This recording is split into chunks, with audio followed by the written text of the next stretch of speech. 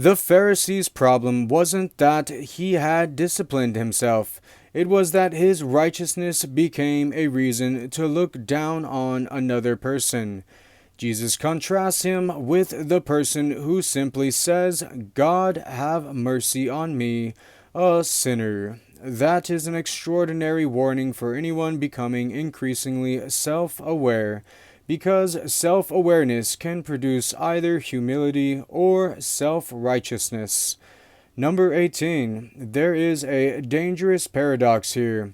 You can become so good at identifying your sins that you become proud of how well you identify your sins.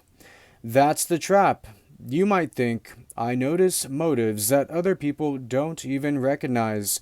And perhaps you do. But then, therefore, I'm more spiritually perceptive than everyone else.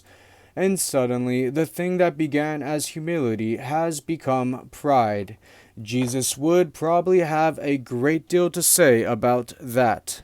The goal isn't, I can find something wrong with every thought I have. The goal is, I want to become increasingly truthful before God. Those aren't the same thing.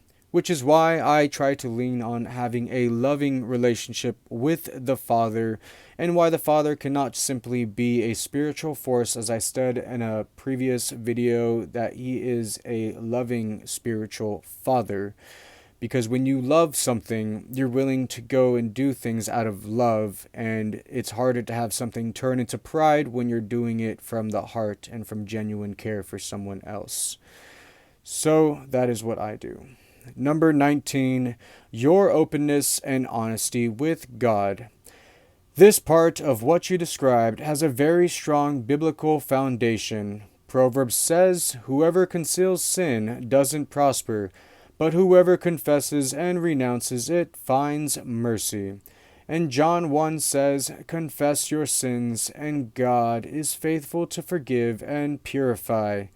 Hebrews gives perhaps the most beautiful connection. Nothing is hidden from God, and then immediately, therefore approach the throne of grace with confidence.